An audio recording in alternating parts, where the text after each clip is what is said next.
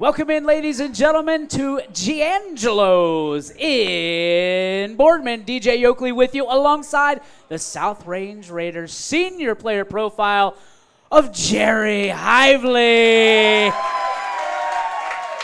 Whoa! Whoa! That was legit, Gerry. I mean, let's talk. You're like the people's champion around here, man. Yeah, I guess something like that. They're still hooting and hollering. For you, what does it mean to have a following like this? I just try to be the best that I can and try to make sure that everyone is happy around. So, that's pretty much it. I can appreciate that. I think, when you walked up here, I thought that Thor was coming up. I seriously thought there was a Hemsworth rolling up. You are a handsome devil, man. Thanks. Those cheerleaders probably can't keep their hands off you, right? That's right. To be and we just talked to Troy about being Mr. Raider or the Raider of the Week. Are you most likely to be a supermodel when you're older? No, I'm actually planning on going to the Air Force for aviation. Air Force for aviation. Hey, thank you for your service. We appreciate that, certainly. All right, so what got you into that? What got you, driving toward, flying towards the Air Force? Well, I was always interested in something to do with the armed forces, and I originally was going to the Army to do helicopter mechanics, and all I had left to do was the physical, and then they stopped talking to me, so I went, okay, I'll go to the Air Force. So To heck with them. yeah, I just went to the Air Force, went to MEPS Sunday and Monday, and got back here for practice, and that was about it. All right, so you look at the Air Force. What about the Space Force? Do you ever think about Space Force? God, no. Nope. Nope. You said nope. Nope. God, nope. Don't want any part of that. This is a very special team. Obviously, this community loves you a whole lot. Why do you love being a South Range Raider? My parents were South Range. My grandpa grew up around here. He went to Greenford before South Range was a thing. I've just always been a part of the community. If you go to Greenford, the cabin there has a plaque with mine and my family's names on it because we helped one of the Eagle Scouts repair the cabin. And it's just a very tight-knit community, and I love being here. Hively, certainly a recognizable name in this community for many, many reasons.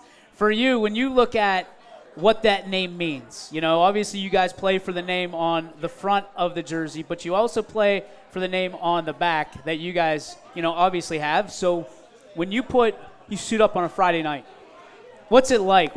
I'm sure you got a lot of people loving on you on Friday nights. Pretty much when I start suiting up, I just try to get locked in, get ready for another game, and then depending on what the atmosphere is, I might march with the band. I play tuba. You're in the band too? Yep. Hey, give it up for the band. I love it. All right, keep going. I'm sorry. And so I just get locked in knowing that when my name gets called that I will go out there and play my heart out. All right, so I got to ask you, you guys have always had a great band. Always. The Raider Marching Band always puts on a show. Do you have a favorite song that you play?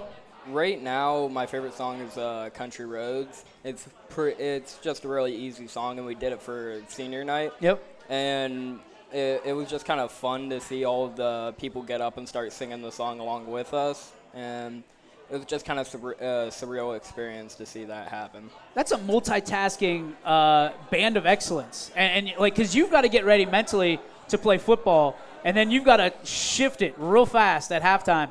How do you manage that? Pretty much just keeping locked in, knowing that they're going to see a kid that's carrying a tuba at halftime blow one of their kids up just keeps me going. A kid carrying a tuba at halftime is going to blow one of the kids up in the second half. I like that. I like the confidence that comes with that. Let's talk about, your ambitions. What do you want to do outside of the Air Force when you graduate? I want to move out to somewhere rural and just start working on cars. Working on cars? Mm-hmm. All right, so you're a car guy. Yep. What's the favorite car that you've worked on so far? The favorite car I've worked on so far is a 1964 Impala. It's my grandpa's.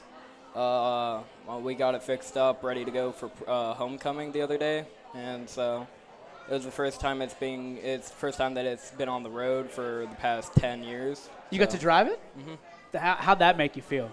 Oh, it's pretty good until I realized that the steering on it is not great. Did you get out and fix it right in the middle of homecoming? No, it's not something that I can fix. It's just old. Okay. It's just old school stuff. Dream car for you. What would you want to fix? My dream car is probably one of the GT40s that raced at Le Mans and beat Ferrari.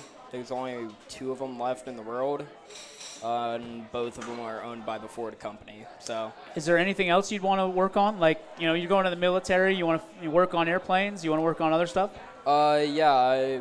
So I'm wanting to pivot from aviation mechanics to being a pilot, but it's a lengthy process, and one of the things I'm hoping to either work on or fly is the A-10 Warthog.